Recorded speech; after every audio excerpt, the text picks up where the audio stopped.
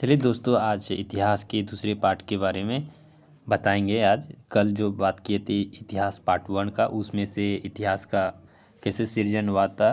चलिए नेक्स्ट आज पहला क्वेश्चन का शुरुआत करते हैं। दोस्तों वीडियो को लाइक एंड शेयर जरूर करें और थोड़ा मोटिवेट मिले तब वीडियो बनाने में मन लगता है। चलिए फर्स्ट क्वेश्चन आज शुरुआत करते हैं। स्त्री की सर्वाधिक गिरी हुई स्थिति को मैत्रियनी कहता था। आपको एग्जाम में पूछेगा स्त्रियों की सर्वाधिक गिरी हुई स्थिति को क्या कहता था? मैत्रियनी कहता था। मैत्रियनी संहिता से प्राप्त होती है, जिसमें जुआ और शराब की भांति स्त्री को पुरुष का तीसरा मुख्य दोष बताया। पुरुष का जो तीसरा मुख्य दोष क्या क्या बताया था? जुआ और शराब जो था पुरुष सर्वाधिक खेलता था, जो स्त्री ने तीसरा मुख्य दोष बताया था। और सेकेंड पॉइंट के बात करते हैं आज। शतपथ ब्राह्मण में स्त्री को पुरुष का अर्धांगिनी कहता है। आपको एग्जाम में पूछेगा शतपथ ब्राह्मण में स्त्री को पुरुष का अर्धांगिनी कहते थे। पुरुष का स्त्री को पुरुष का अर्धांगिनी कहा जाता था शतपथ ब्राह्मण में। नेक्स्ट पॉइंट की बात करते हैं। स्मृति ग्रंथों में सबसे प्राचीन एवं प्रमाणिक मनुस्मृति माने जाते हैं। स्मृति ग्रंथि में सबसे प्राचीन एवं प्रमाणिक मनुस्मृति मानी जाती है।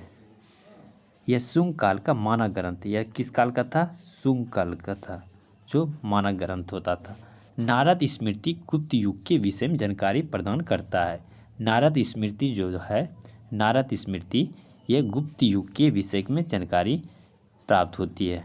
नारद स्मृति जो हुआ था वह गुप्त युग के बारे में जानकारी मिलता था। चलिए नेक्स्ट पॉइंट की बात करते हैं। जातक में बुद्ध की पूर्व जन्म की कहानी वर्णित है। आपको पूछ देगा एग्जाम में, जातक में बुद्ध की पूर्व जन्म की कहानी वर्णित है। जातक जो बुक जो था यानी किताबें था, उसी में बुद्ध भगवान की जन्म के बारे में वर्णित किया गया है। हीनयान का प्रमुख ग्रंथ कथा वस्तु था। आपको एग्जाम में पूछेगा हीनयान का प्रमुख ग्रंथ कौन सा था? आपको सही उत्तर क्या मारिएगा? कथा वस्तु। ये इंपॉर्टेंट क्वेश्चन होती है। ये बिहार में पूछा जाता है। बिहार पुलिस के जो एग्जाम हुआ था, हीनयान के बारे में कथा वस्तु के ये क्वेश्चन इंपॉर्टेंट है। नेक्स्ट क्वेश्चन बात करते हैं, जिसमें महात्मा बुद्ध का जीवन चरित्र अनेक कथाओं के साथ वर्णित है। जो बुक था कथा वस्तु, इसी में बुद्ध भगवान के जीवन चरित्र के बारे में अनेक कथाएं वर्णित किया गया है। दोस्तों वीडियो को लाइक एंड शेयर जरूर करें और मोटिवेट जरूर करें। चलिए नेक्स्ट क्वेश्चन बात करते हैं। जैन साहित्य को आगम कहा जाता है। जैन साहित्य को क्या कहते थे? आगम। जैन धर्म का प्रारंभिक इतिहास कल्पसूत्र से ज्ञात होता है। जैन धर्म का जो प्रारंभिक इतिहास जो था वह कौन सा बुक से प्राप्त होता है? कल्पसूत्र से। जैन ग्रंथ भगवती सूत्र में महावीर के जीवन कृतियों तथा, देखिए इसमें जो जैन ग्रंथ का जो भगवती सूत्र जो था, इसी में महावीर के जीवन कृतियों व अन्य समकालीन के साथ उनके संबंधों का विवरण होती है। नेक्स्ट क्वेश्चन दोस्तों बात करते हैं। नेक्स्ट पॉइंट, अर्थशास्त्र के लेखक चाणक्य है। आपको एग्जाम में पूछता है अर्थशास्त्र के लेखक कौन है? ये तो सिंपल क्वेश्चन है, सभी जानते होंगे। यह आपको एग्जाम में कौटिल्य भी ऑप्शन में रह सकता है या विष्णुगुप्त। इसी तीनों में से किसी एक को उत्तर मार देना है। यह 15 अधिकरणों, यह जो 15 अधिकरण 180 प्रकरणों में विभाजित है। जो अर्थशास्त्र के लेखक जो था चाणक्य, ये कितना अधिकरण था और कितना प्रकरण था? 15 अधिकरण था और 180 प्रकरण था, जिसमें मौर्यकालीन इतिहास की जानकारी प्राप्त मिलती है। इसी में से मौर्यकालीन इतिहास की जानकारी मिला है। नेक्स्ट पॉइंट की बात करते हैं। संस्कृत साहित्य में ऐतिहासिक घटनाओं को क्रमबद्ध लिखने का सर्वप्रथम प्रयास कल्हण के द्वारा किया गया था। आप पूछतेगा एग्जाम में संस्कृत साहित्य जो है वह किसके द्वारा लिखा गया था? यह घटनाओं जो था संस्कृत साहित्य, यह कल्हण के द्वारा लिखा गया था। अब कल्हण के द्वारा रचित पुस्तक कौन सा था? कल्हण के द्वारा रचित पुस्तक रास्तरंगिणी। रास्तरंगिणी जो था कल्हण के द्वारा लिखा गया पुस्तक था, जिसका संबंध कश्मीर के इतिहास से था। अरबों को सिंध विजय के वृत्तांत चचनामा में सुरक्षित रखा है। चचनामा का लेखक कौन है? अली अहमद। एग्जाम में आपको पूछता है चचनामा जो पुस्तक जो है उसका लेखक कौन था? अली अहमद, और उसी का जो सुरक्षित इसमें रखा गया है। नेक्स्ट पॉइंट की बात करते हैं। सॉरी, एक मिनट।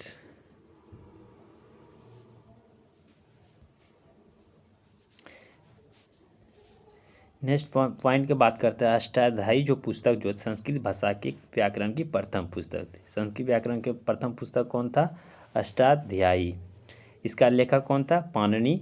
इसके मौर्य के पहले इतिहास, जो मौर्य कालीन के पहले जो इतिहास था, मौर्य युगीन राजनीतिक व्यवस्था के बारे में वर्णित है अष्टाध्यायी बुक में। नेक्स्ट पॉइंट की बात करते हैं। कात्यायन की गार्गी संहिता एक ज्योतिष ग्रंथ है। कात्यायन का जो गार्गी संहिता कौन सा था? एक ज्योतिष ग्रंथ है। फिर भी इसमें भारत पर होने वाले यमन आक्रमण का उल्लेखन मिलता है। भारत पर जो आक्रमण क्या करता था यमन जो, उसका उल्लेखन इसी बुक में किया गया था। पतंजलि जो था पुष्पमित्र शुंग के पुरोहित थे। आपको एग्जाम में पूछ देगा पतंजलि किसके पुरोहित थे? पुष्पमित्र शुंग के थे। इनके महाभाष्य के शुंगों के इतिहास का पता चलता है। इसमें किसका पता लगता है? महाभाष्य जो था शुंग के इतिहास के बारे में पता चलता है। नेक्स्ट पॉइंट की बात करेंगे।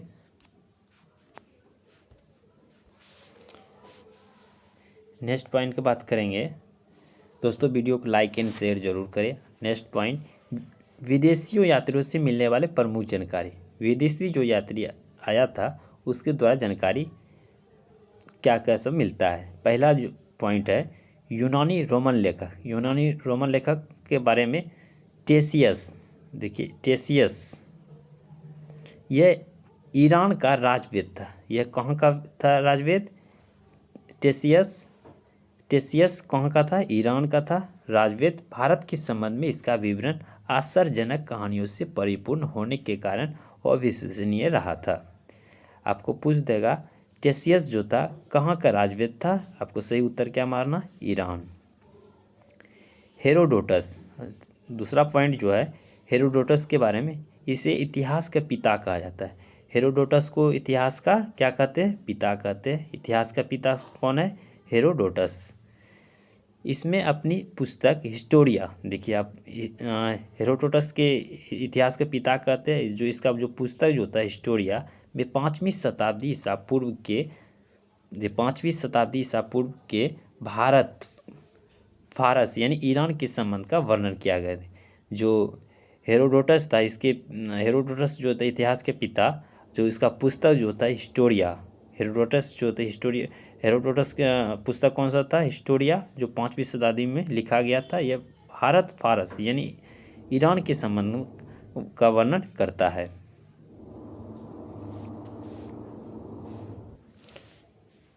नेक्स्ट पॉइंट की बात करते हैं। वर्णन क्या है, परंतु इसका विवरण और अनुश्रुतियों एवं अफवाहों पर आधारित है। ये अभी तक क्लियर नहीं हो पाया है कि ये इसके द्वारा जो पुस्तक जो था हिस्टोरिया, इसमें भारत फारस ईरान के संबंध का वर्णन किया गया है, लेकिन ये स्पष्ट अभी तक नहीं हो पाया है। तीसरा पॉइंट की बात करते, सिकंदर के साथ आने वाले लेखक में निर्याकस, ऑनेसिक्रटस तथा ऑस्टियोबुलस के विवरण अधिक प्रामाणिक एवं विश्वसनीय था।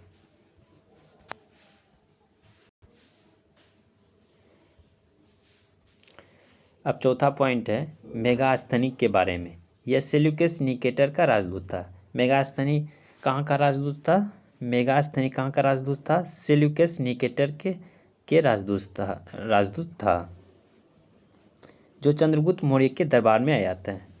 मेगास्थनी किसके दरबार में आया था? चंद्रगुप्त मौर्य के दरबार में। आपको एग्जाम में पूछ देगा मेगास्थनी किसके काल में आया था? चंद्रगुप्त के काल में।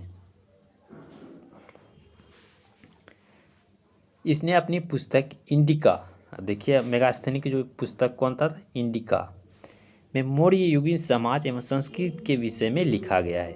मेगास्थनी जो लिखा था पुस्तक, जो मौर्य युगीन का जो संस्कृति था उसके बारे में इसी पुस्तक में विवरण किया गया है। अब बात करते हैं पॉइंट 5 के बारे में। वीडियो को लाइक एंड शेयर जरूर करें दोस्तों। और बात करें तो इसके बाद इतिहास का तीसरा पार्ट नेक्स्ट वीडियो में आएगा। चलिए पॉइंट 5 की बात करते हैं। डायमेकस, ये सीरियन नरेश का अंतियोकस का राजदूत था। डायमेकस कहाँ का राजदूत था? अंतियोकस का राजदूत था।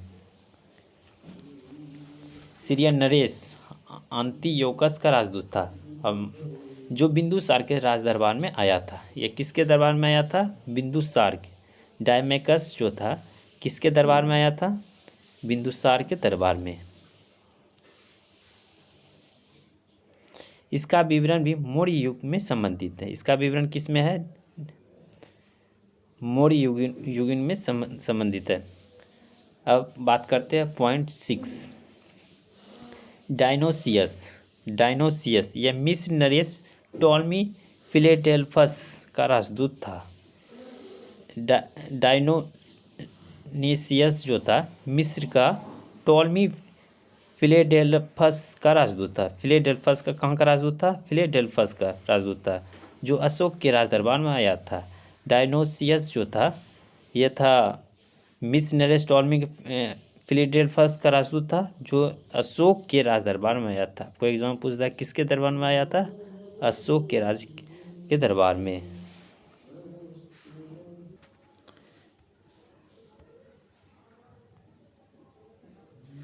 नेक्स्ट पॉइंट की बात करते हैं। राजदरबार में आया था जो 7वां पॉइंट है। टॉलमी इसने दूसरी शताब्दी में भारत का भूगोल नामक पुस्तक लिखा था। आपको एग्जाम में पूछ देगा भारत का भूगोल नामक पुस्तक किसने लिखा था? टॉलमी ने। आपको सही उत्तर क्या मारना है? टॉलमी। याद रखिएगा, टॉलमी भारत का भूगोल नामक पुस्तक लिखा था। अब बात करते हैं पॉइंट नंबर 8। फिलिपनी इसने प्रथम शताब्दी में नेचुरल हिस्ट्री नामक पुस्तक लिखी थी। आपको एग्जाम में पूछ देगा नेचुरल हिस्ट्री नामक पुस्तक किसने लिखा था? फिलिनी ने लिखा था। और भारत का भूगोल टॉलमी नेचुरल हिस्ट्री नामक पुस्तक फिलिनी ने लिखा था। इसमें भारतीय पशुओं, पेड़ पौधे, खनिज पदार्थों आदि के बारे में विवरण है।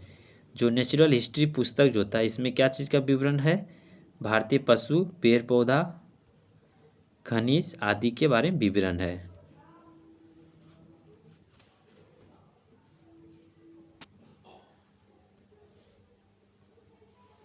अब पॉइंट नंबर 9 की बात करते हैं। पेरिप्लस ऑफ द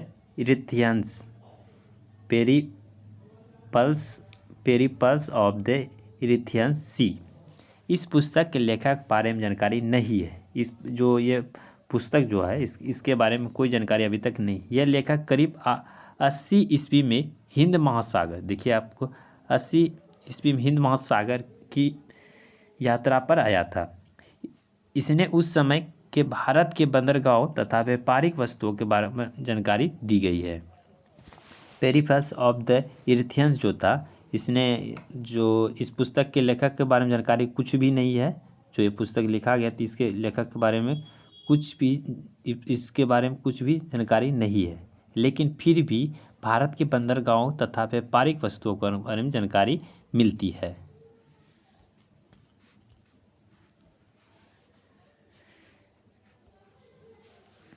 अब चीनी लेखक के बारे में जानकारी।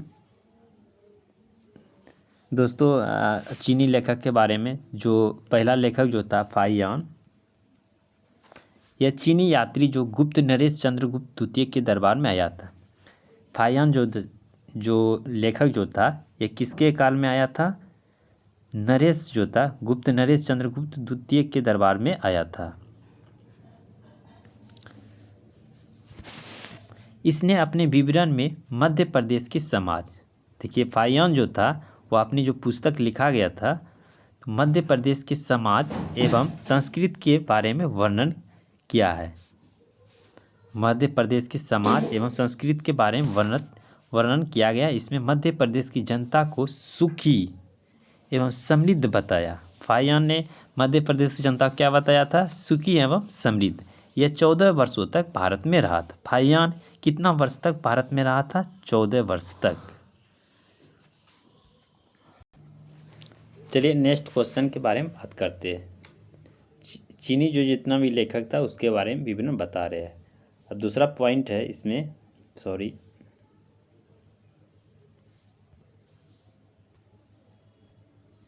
दूसरा पॉइंट जो है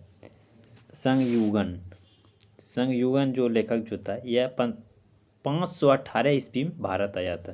संयुगन कितने ईस्वी में आया था? 518 ईस्वी में भारत आया था।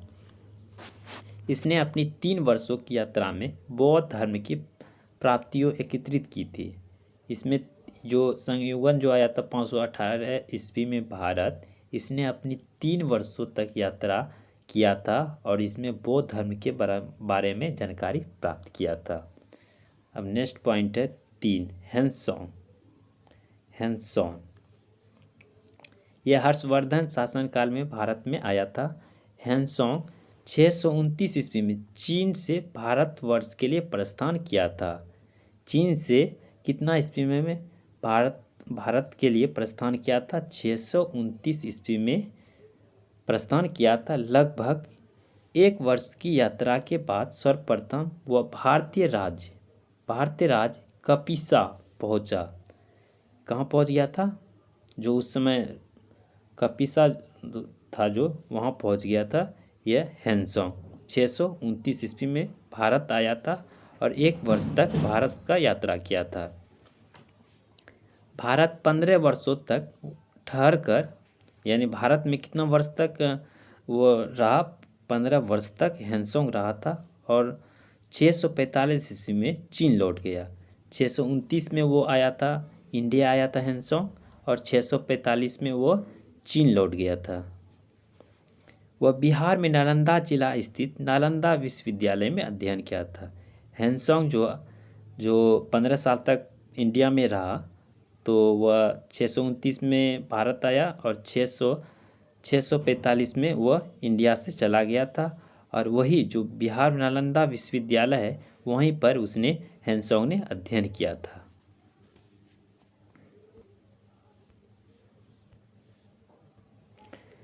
नालंदा विश्वविद्यालय में अध्ययन करने तथा भारत से बौद्ध ग्रंथों को एकत्र कर ले जाने के लिए आया था। बौद्ध ग्रंथ में जितना भी धर्म के बारे में था उसने हेनसोंग ने भारत में रहकर उतना सारे अध्ययन करके वो चला गया था। इसका भ्रमण वृत्तांत CU की नाम से प्रसिद्ध है। हेनसोंग का भ्रमण वृत्तांत जो था किस नाम से प्रसिद्ध था? CU के नाम से प्रसिद्ध था, जिसमें 138 देशों का विवरण मिलता है। इसने हर्षकालीन समाज, धर्म, राजनीति के बारे में वर्णन किया है। इसके अनुसार सिंध का राजा क्षुद्र था। हेनसोंग के अनुसार सिंध का राजा कौन था? क्षुद्र था।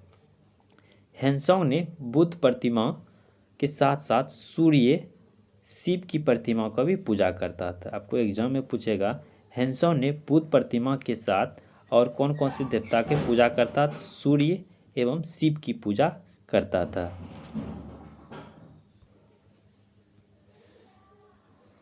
नोट्स में देखिए दोस्तों, नोट्स में है हेनसोंग के अध्ययन के समय नालंदा विश्वविद्यालय कुलपति आचार्य शीलभद्र थे। आपको एग्जाम में पूछ देगा हेनसोंग के अध्ययन के समय नालंदा विश्वविद्यालय के कुलपति शीलभद्र था।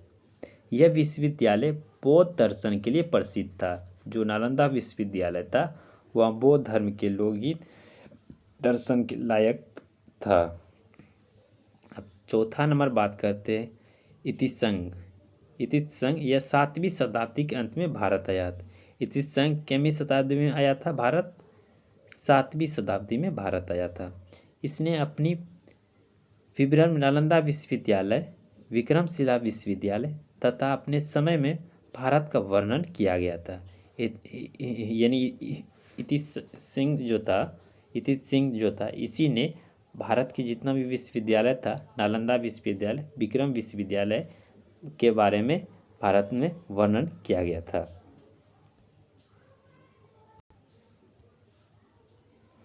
अब अरबी लेखक के बारे में जानकारी।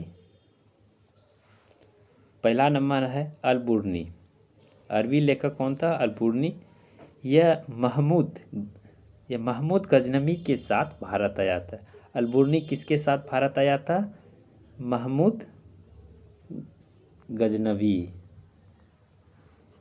के साथ भारत आया था।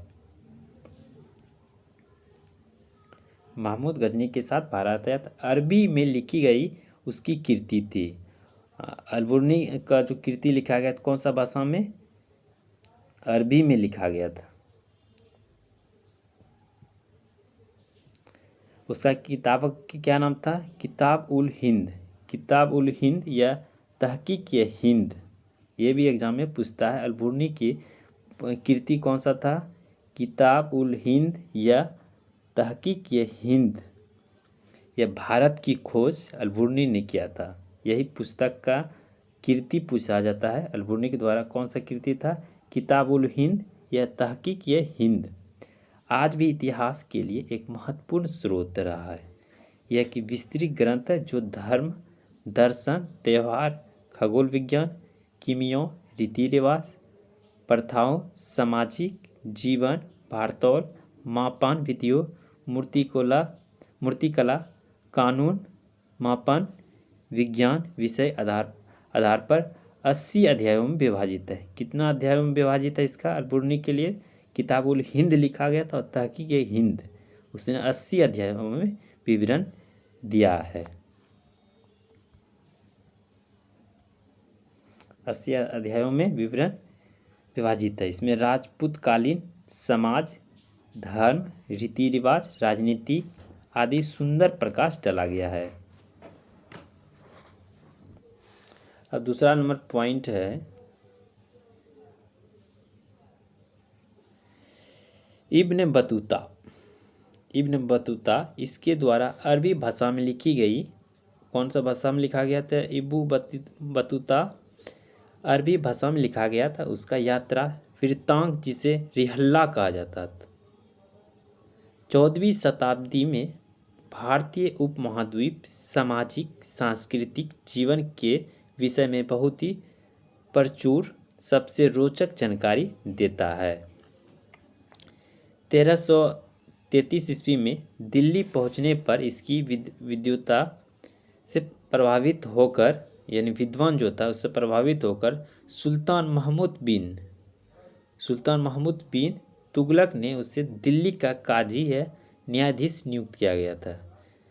1333 ईस्वी में इब्न बतूता जो था उसको प्रभावित होकर दिल्ली में, यानी सुल्तान महमूद बिन तुगलक ने दिल्ली का काजी या न्यायाधीश नियुक्त किया गया था। किसको किया गया था न्यायाधीश नियुक्त? इब्न बतूता को।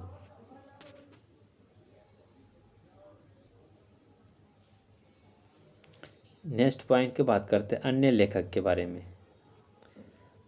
तारानाथ, यह एक तिब्बती लेखक थे। तारानाथ कहाँ का लेखक था? तिब्बत का लेखक था। इसने कंयूर तथा तंयूर नामक ग्रंथ की रचना किए थे। तारानाथ जो तिब्बत का लेखक था, इसने कंयूर नामक तथा तंयूर नामक ग्रंथ की रचना किया गया थी। इनसे भारतीय इतिहास के बारे में जानकारी मिलती है। तारानाथ से भी भारतीय इतिहास की जानकारी मिलता है। इसने 2 ग्रंथ लिखा था, कंयूर और तंयूर। मार्को पोलो, यह 13वीं शताब्दी में इसके अंत में पांड्य देश की यात्रा पर आया था। 13वीं शताब्दी मार्को पोलो पांड्य देश की यात्रा पर आया था। इसका विवरण पांड्य इतिहास के बारे में उपयोगी है।